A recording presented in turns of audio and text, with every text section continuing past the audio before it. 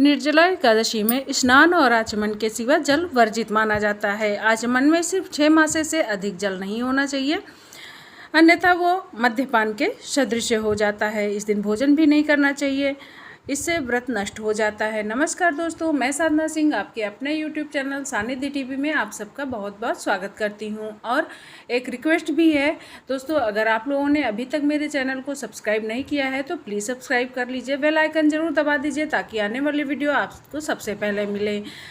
आज मैं इस वीडियो में दोस्तों आप सबको निर्जला एकादशी व्रत की कथा सुनाऊंगी। सो चलिए शुरू करते हैं कथा। एक बार भीमसेन वेद व्यास जी से कहने लगे, हे पितामह, भ्राता युधिष्ठिर, माता कुंती, द्रौपदी, अर्जुन, नकुल और सहदेव आदि सब मुझसे एकादशी व्रत करने को कहते हैं, परंतु मैं उनसे कहता हूँ, मैं भगवान की शक्ति पूजा आदि तो कर सकता हूँ, दान भी दे सकता हूँ, परंतु भोजन के बिना नहीं रह सकता। इस पर वेद व्यास जी कहने लगे, हे भीमसेन, यदि तुम नरक को बुरा और स्वर्ग को अच्छा समझते हो तो प्रति मास की 2 एकादशियों को अन्न मत खाया करो।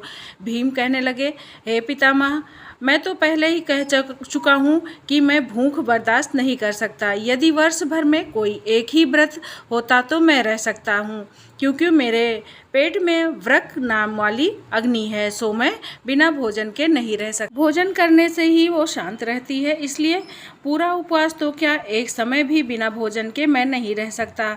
अतः आप मुझे कोई ऐसा व्रत बताइए जो वर्ष में केवल एक ही बार करना पड़े और मुझे स्वर्ग की प्राप्ति हो जाए। इस पर श्री वेद व्यास जी कहने लगे, हे पुत्र, बड़े बड़े ऋषियों ने बहुत शास्त्र आदि बनाए हैं जिनसे बिना धन के थोड़े ही परिश्रम से स्वर्ग की प्राप्ति हो सकती है। इसी प्रकार शास्त्रों में दोनों पक्षों की एकादशी का व्रत मुक्ति पाने के लिए रखा जाता है। व्यास जी की बात सुनकर भीमसेन नरक में जाने की बात सुनकर भयभीत हो गए और काँप कर कहने लगे कि अब मैं क्या करूं? मास में 2 व्रत तो मैं कर नहीं सकता। हाँ, वर्ष में 1 व्रत करने का प्रयत्न अवश्य ही कर सकता हूं। अतः वर्ष में 1 व्रत करने से यदि मेरी मुक्ति हो जाए, ऐसा कोई व्रत बताइए। यह सुनकर व्यास जी कहने लगे, वृषभ और मिथुन की संक्रांति के बीच ज्येष्ठ मास की शुक्ल पक्ष की जो एकादशी आती है उसका नाम निर्जला है।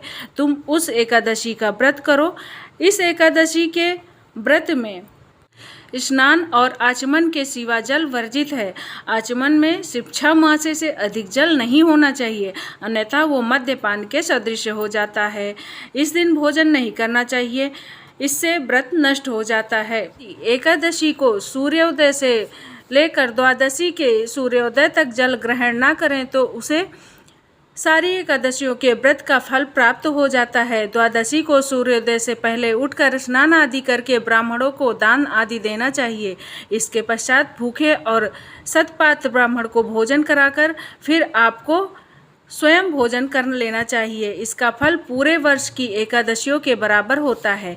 व्यास जी कहने लगे, हे भीमसेन, यह मुझको स्वयं भगवान ने बताया है। इस एकादशी का पुण्य समस्त तीर्थों और दानों से अधिक है। केवल एक ही दिन मनुष्य निर्जल रहकर समस्त पापों से मुक्त हो जाता है। जो मनुष्य निर्जला एकादशी का व्रत करते हैं उनकी मृत्यु के पश्चात यमदूत आकर उन्हें नहीं घेरते हैं, वरन भगवान के पार्षद उन्हें पुष्पक विमान में बिठाकर स्वर्ग को ले जाते हैं। अतः संसार में सबसे उत्तम निर्जला एकादशी व्रत है, इसलिए यत्न के साथ इस व्रत को करना चाहिए। इस दिन ओम नमो भगवते वासुदेवाय नमः मंत्र का उच्चारण करना चाहिए और गौदान करना चाहिए। इस प्रकार व्यास जी की आज्ञा अनुसार भीमसेन ने इस व्रत को किया, इसलिए इस व्रत को भीमसेनी या पांडव एकादशी भी कहते हैं। निर्जला व्रत करने से पूर्व भगवान से प्रार्थना करें, हे भगवान, आज मैं निर्जला व्रत करता हूँ, दूसरे दिन भोजन करूँगा या करूँगी। मैं इस व्रत को श्रद्धा पूर्वक करूँगा या करूँगी, अतः आपकी कृपा से मेरे सब पाप नष्ट हो जाएं। इस दिन जल से भरा हुआ एक घड़ा वस्त्र से ढककर स्वर्ण सहित दान करना चाहिए। जो मनुष्य इस व्रत को करते हैं उनको करोड़ों फल सोने के दान के बराबर फल मिलता है, और इस दिन जो यज्ञ आदि करते हैं उनका फल तो वर्णन ही नहीं किया जा सकता है। इस एकादशी के व्रत से मनुष्य विष्णु लोक को प्राप्त होता है। जो मनुष्य इस दिन अन्न खाते हैं वह चांडाल के समान होते हैं, वह अंत में नरक को जाते हैं।